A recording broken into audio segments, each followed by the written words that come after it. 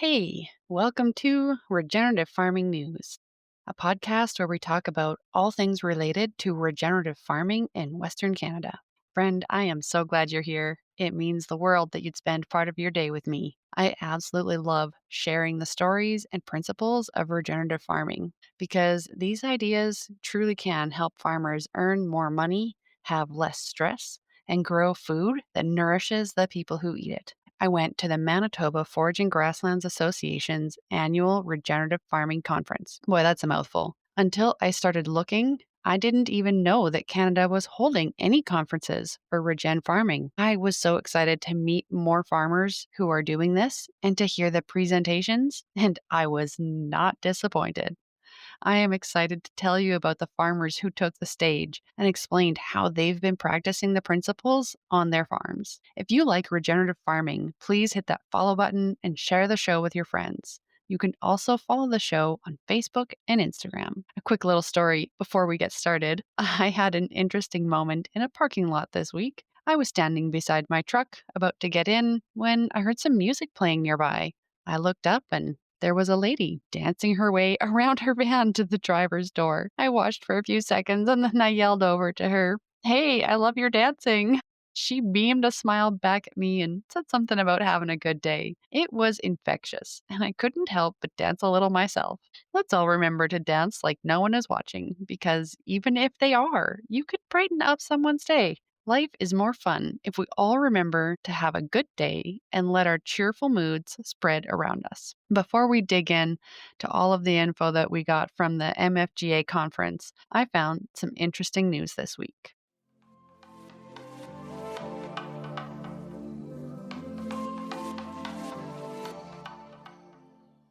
One thing I want to highlight in this episode, and honestly celebrate, is the role that independent journalism is starting to play in telling the real story of regenerative agriculture here on the prairies. We talk a lot about soil health, drought resilience, cover crops, livestock integration, but when a nonprofit newsroom like the Narwhal dedicates an entire long form piece to Saskatchewan farmers who are actually doing the work, that's not small. That's a sign that these stories are starting to break through the noise and that it really means something. In their recent article titled Meet Saskatchewan Farmers Who Are Trying to Do Things Better, it's one of the most thorough, nuanced pieces I've seen on the regen movement in this province. It doesn't gloss over the challenges, it doesn't romanticize anything. It does what good journalism should do. It listens and it reports honestly. And the farmers that they chose to profile, people like Calvin Gavelin, whose story you might remember from episode 8 of this podcast, are exactly the kind of stewards we need more people hearing about. The article opens with Calvin standing in a field of diverse cover crops: millet, ryegrass, clover, hairy vetch, sunflowers, surrounded by insects, birds, and life. He scoops up a handful of rich, dark topsoil and just holds it out excited, saying, "That's carbon." And that image alone tells a whole story. In a region where topsoil is often sandy, pale, and struggling, Calvin is holding soil that is alive, sticky, aggregated, and full of roots. And when I say that region, I'm talking about the Palliser Triangle in the southern portions of Alberta and Saskatchewan. It is known for having extremely dry conditions and topsoil that is not in the best condition. The article goes deep into how he got there. It describes how in 2018, during a brutal drought, Calvin noticed a huge difference between his monoculture grass, which was burnt right out, and the native prairie, where shrubs and forbs kept everything green underneath. That moment changed him. Like he said on the podcast, he went into the house and said to his wife, Marla, "I'm so stupid. I've been doing this process of killing our soil for all these years." That level of honesty is rare, but it's the kind that fuels real change. In the article, Calvin shared how planting cover crop blends, his first in 2019, survived a hailstorm that killed everything else. That one diverse field regrew enough to feed his cows through the fall and into the spring. That's the power of roots, canopy, biodiversity, and biology, and the next few years confirmed it. In even one of the driest years in 20 seasons, his custom forage blend fed 200 cows when everything else was dead. That echoes what Calvin told me on episode 8. You'll remember his quote: "We've been killing our soils ever since they were homesteaded because we haven't kept living roots in them year round. That year it was dry, and wherever the soil was left open, it just baked right off." Quote. The Narwhal's article goes deep into this truth that keeping soil covered, diverse, and alive isn't just ecological, it's economical. Calvin says feeding cattle with cover crops costs him half as much as feeding in a pen, saving him around $200 per acre. And he's not the only one featured in the article. They go on to profile Mark and Laura Hoimer, who manage a 5,500-acre beef operation and have totally overhauled their grazing system. Instead of leaving cattle in one area all season, as is most common, they now graze intensively and move often. It's not easy. It took years of trial and error. But the payoff: healthier land, healthier cattle, and a more resilient operation. Then there's Rob Wunder, someone that I had the privilege of hearing speak at the MFGA conference this last week. He's a fourth-generation farmer who decided that he was tired of relying on huge input bills. He started experimenting with compost, vermicast, and microbe-rich liquids applied at seeding. He uses a custom compost turner to mix bedding, straw, wood chips, and oats, all the waste streams on his farm, and he turns them into something alive. The Narwhal article quotes him saying that he fell in love with it all because the results were undeniable. In fact, he's been able to cut input costs by up to 70%. That's not a trend. That's not a theory. That's a real number. That's a real farmer with real numbers. And now a national journalism outlet is reporting on it. And this is why independent coverage matters. Not only does the Narwhal highlight successes, they also acknowledge the complexity. They include the voices of skeptics like ag economics professor Stuart Smith, who calls regenerative a marketing buzzword and argues that Saskatchewan farmers have already improved soil organic matter by 40% through widespread no-till. Although I think I'd like to see the information where that comes from myself. They also include farmers like Hoimer, who say that the term might just be a rebrand for the ideas that farmers have practiced for decades. But the Narwhal doesn't take sides. They present it all: the results, the doubts, the economics, the workload, the stewardship mindset, and the generational vision. And that balanced reporting makes the successes shine even brighter. The article ends with Calvin reflecting on his daughters, Rise and Quinn, and why he's making these changes. That it's for them, more not just for certifications, not for labels, not because regenerative is trendy. Calvin says, "We're all worried about our pocketbooks, but we're all depleting our soils. Our soils are going backwards. I did this for soil health," he says. This is why it matters that independent media is covering these stories, because farmers like Calvin, the Hoymers, and Rob Wunder are proving with their land, their animals, and their bottom lines that regeneration works. And when journalists take the time to tell these stories, the impact reaches far beyond agriculture. It reaches consumers, policymakers, urban families who don't know what soil is supposed to look like, people who care about climate resilience, people who vote with their grocery dollars. This is how the movement grows, story by story, field by field, article by article. And I'm excited to share these stories with you here too.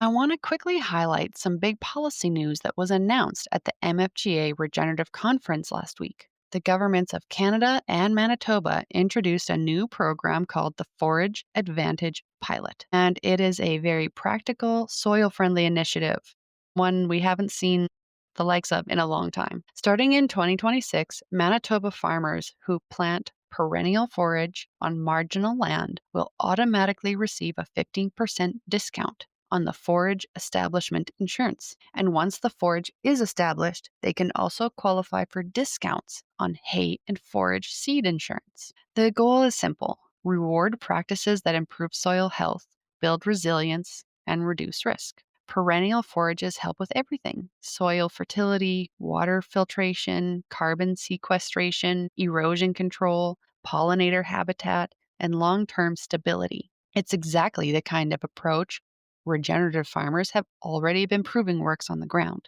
just like Chris Beaudry said here on the podcast in episode 6.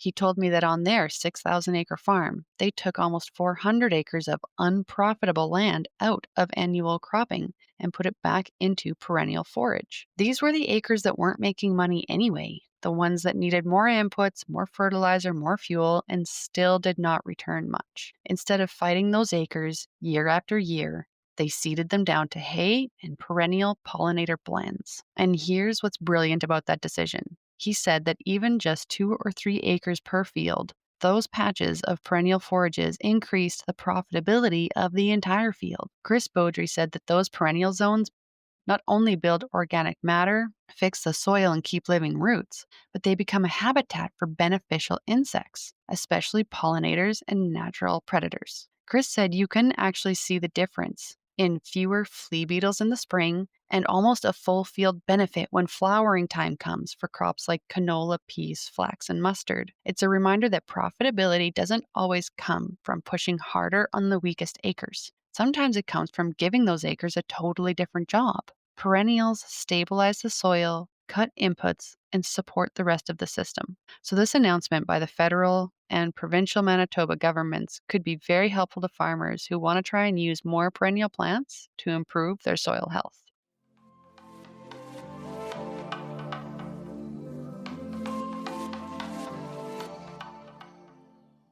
In other news, PepsiCo has announced plans to nearly double the amount of farmland enrolled in its regenerative agriculture programs here in Canada. By the end of this year, they expect to be working with growers on over 500,000 acres of land across Saskatchewan and Manitoba. 500,000 acres. That's pretty big. Whether we love or hate it when large corporations use the word regenerative, it matters when a company of this size starts putting real money and attention toward soil health. What's interesting is that PepsiCo is choosing to partner with some research partners on the ground. Their biggest Saskatchewan partner is the Southeast Research Farm, SURF, a farmer run research organization. SURF has been testing and scaling regenerative practices long before the word became a buzzword. They've hosted field days on cover crops, intercropping, nitrogen reduction, and low disturbance systems. They're trusted because they're farmer led, not corporate led. Farmers can get up to $5,000 annually by participating with the program through Farm Credit Canada and Ducks Unlimited. It's exciting to see major global food brands recognize that soil health matters and putting their money where their mouth is. If companies like PepsiCo want to support regenerative agriculture, that's great. Am I saying you should go out and buy a case of pop? No. But if there is funding from any source to help regenerate soil, it's a great opportunity for farmers to help mitigate the risk of seeding some cover crops next year.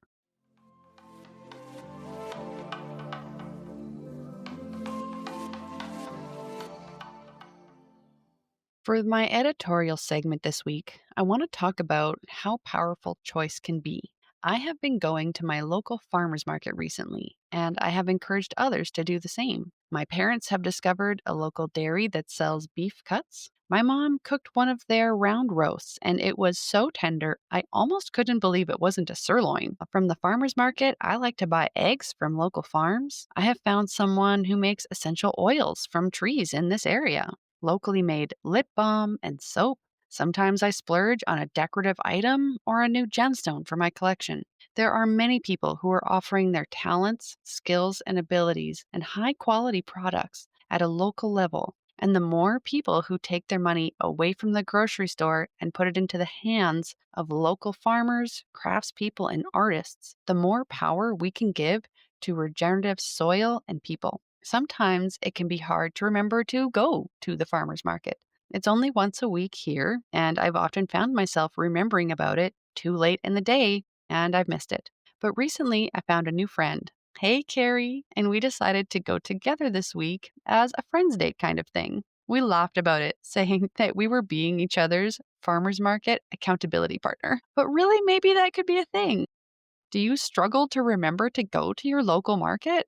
Think about a friend who is interested in local food like you are, someone that you enjoy spending time with, and ask them to meet you there. Make plans to make choices that support local farmers. Sure, there's plenty of things we can still love about the grocery stores, They have a place in our society, and the variety of options they bring is very valuable. And even the grocery store can play a part in this. I've sometimes seen local items highlighted on the end of a row or labeled to give extra attention to it being a local product. The next time you go grocery shopping, stop by the customer service desk and ask them if they have local products and if they could put them into a special display where you could go and check the local items first before going to other options. Stores love getting feedback from their customers, and they will be very interested to hear from you. Is there a local product you love? Ask your grocery store if they can carry it. It's actions like these that will bring real change to our food systems. Each and every person who buys food has power.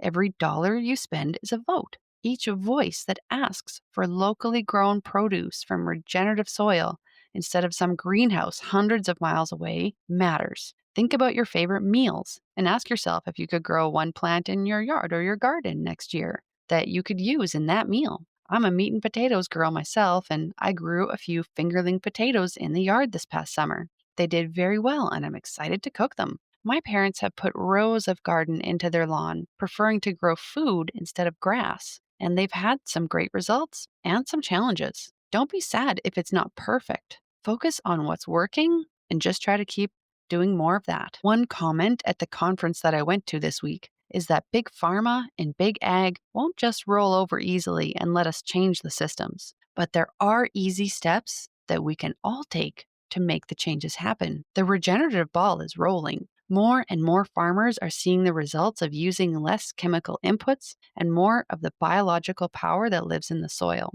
We've already seen such great strides in this movement, and step by step, we can create a world where most of the food in the grocery store is either organic or close to it. With lower prices by leveraging the power of the scale of the grocery store, combined with the consumer demand for healthier food and farmers who see the power of healthy soil. It's already happening, and you can help make this regenerative wave keep growing until we flood the world with healthy food. So go and get to that farmer's market. Get a seed catalog for next spring. Talk to your local grocery store. Share this information with your friends and family. Share this podcast and follow us on social media. And most of all, thanks for listening.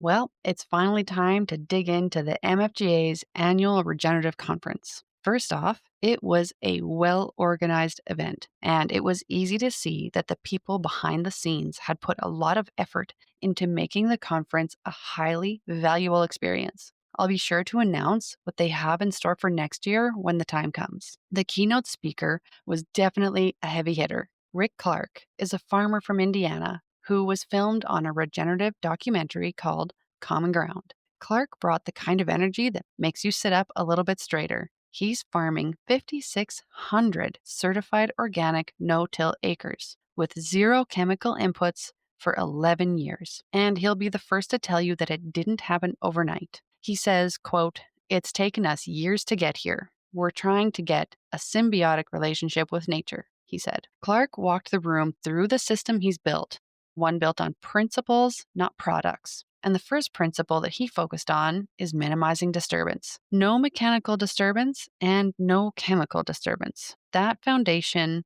alone has pushed his soil so far toward the fungal side that he's actually having trees trying to grow out in the fields. He even laughed and said, "We've gone a little too far." But that's what's great about working with nature, is that when you go so far toward the fungal side with the trees, it's okay. You can just bring it back through following the same principles and bringing them to the balance that you prefer on your farm.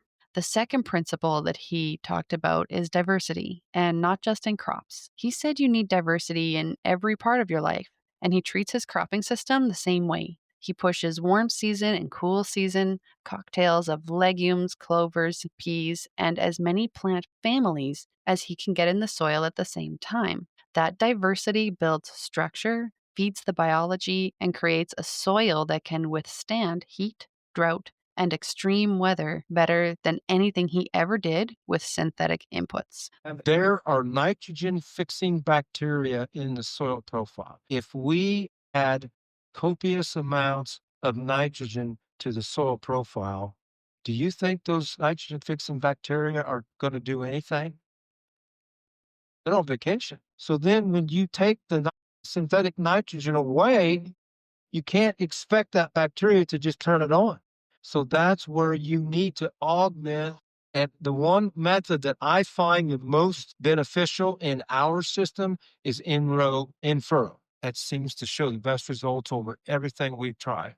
AEA and Physigrow are two of the companies that we work with. The third principle that he talked about is living roots. Clark says that he wants something green and growing for as much of the year as possible. He even has plants that are still growing at freezing temperatures, plants that wake up before the weeds do in the spring, plants that feed microbes right through the shoulder seasons. For him, living roots are the engine of the whole system. And I must add in my own observation here that we have a tremendous opportunity to grow plants in the fields well into winter. As I drove to the conference on November 11th, I stopped my vehicle to take a minute of silence for Remembrance Day. And when I looked around me, I saw volunteer crops growing in the tire tracks of the combines. They were still green and covering the soil this late in the year. They weren't there on purpose, and I'm sure that the farmer who owns that field considers them a waste or a problem. But I saw proof positive that we could be having living roots in the soil for months longer than we do. Back to Rick Clark. The next principle he talked about was soil armor, keeping a protective blanket on the ground. He reminded everyone of what happens to a bare field on a 95-degree day. Soil temperatures can hit 130 degrees or higher, which he talked about frying the biology, killing the bacteria, because they simply cannot survive at that temperature. But on that same 95-degree day, under the cover of biomass, it stays around 70 degrees. Cooler soil, slower evaporation, better structure, healthier microbes. Armor matters. That's what helps keep the bacteria alive from the sun, frying it to death. He also emphasized context, knowing your land, your weather, your livestock, and your goals, which brought him to the livestock part of his presentation. He said if you don't have cattle, borrow some, trade with neighbors, collaborate. Quote, don't always discount what your neighbors can do for you, he said.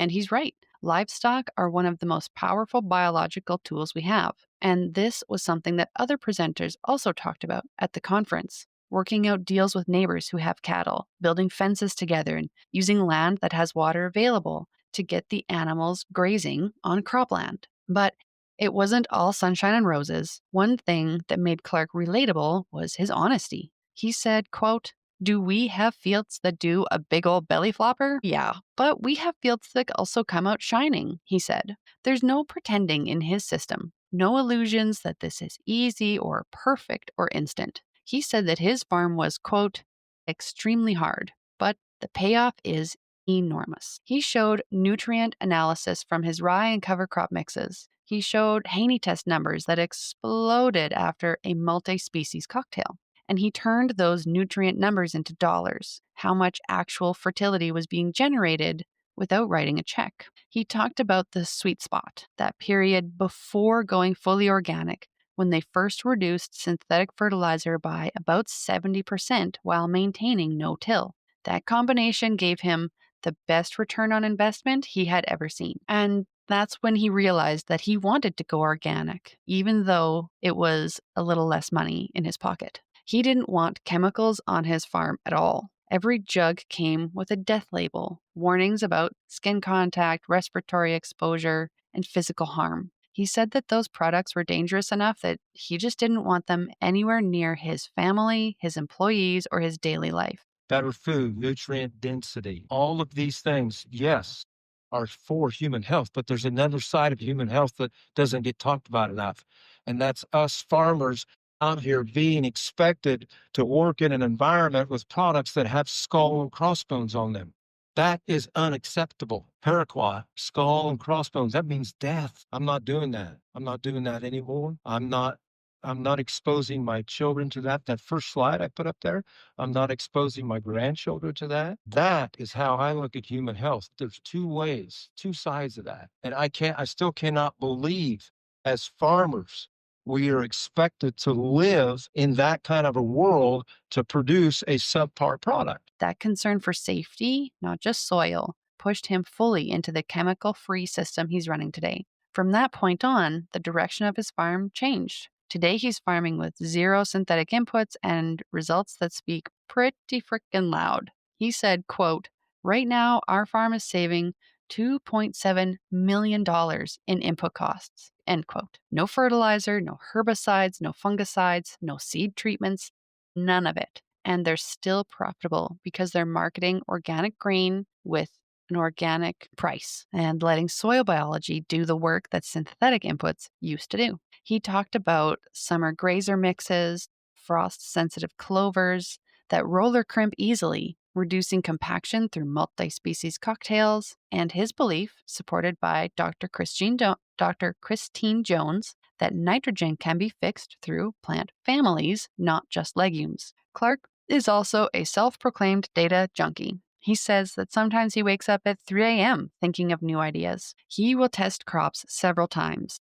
He showed a rye crop that he tested at 12 inches, then 18, and then 28 just to see how the nutrient profile changed. He highly recommends farmers get a baseline Haney test and then commit to ongoing measurement because he believes that you can't change what you don't measure. And he ended with something gentle. He said, quote, "Don't be too hard on yourself. It's not a failure to not get every acre into regen," he said. And he also added that some of his farm is still transitioning to organic. For Clark, farming isn't a yield competition. It's not even just a soil health journey. For him, it's a human health journey, a family health journey, a next generation journey. This was a sentiment that was echoed by many of the presenters and farmers at the conference. Farmers who focus on soil health and regen practices are oftentimes doing it with a main motivation that this is the ethical way to farm, to provide the healthiest food possible,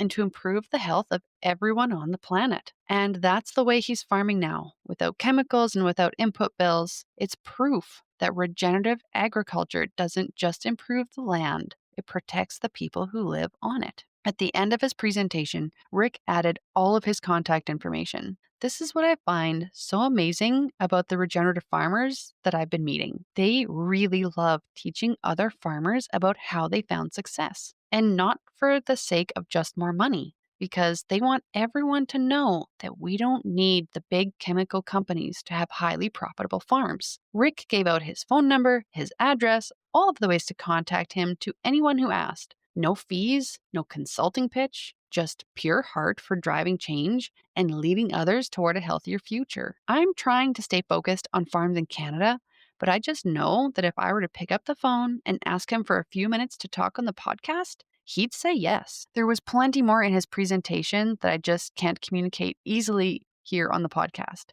He showed tables and charts with all of the tests he did and how he figured out the gains he was making in the nitrogen, phosphorus, and potassium in the soil. It was a fantastic presentation full of useful lessons and proof that regenerative principles are the best way to improve your farm.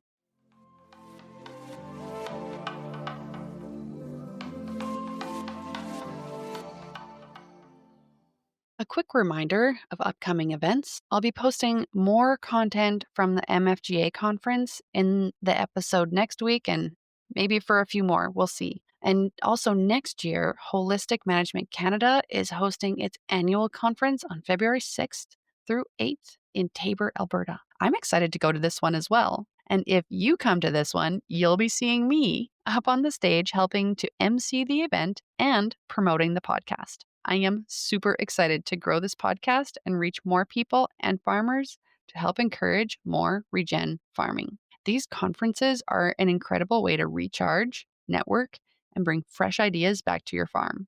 There are also other smaller events, both online and in person, happening in between. You can find information about those on the Regenerative Farming News media pages on Facebook and Instagram, where I post about upcoming events. Next week on the podcast, I'll have an interview with Tanis Axten of Axten Farms. We talked about how their harvest went this year, lessons learned from the fields, and about how they grow ancient grains and a unique blend of wheat for their own flour mill from which they market and sell their own brand of farm fresh flour. I had Tanis on the podcast close to when I first started it, and we talked a lot about the regenerative principles, but we didn't get time to dive in deeply into their flower business. So I'm excited to share that with you. Well, that's a wrap on this week's episode of Regenerative Farming News. I know I'm still kind of bumbling along with this podcast, and I am by far not the world's greatest podcast maker. If you have listened to this entire episode, just know that I am eternally grateful for you, and I appreciate everyone who takes the time to listen and learn. Hit me up on Facebook or Instagram and tell me what you liked. Tell me what you want to see and help me make this show better. Well, this is Heather Heinrichs signing off. Together, we can grow healthier soil, stronger farms, and a more resilient future.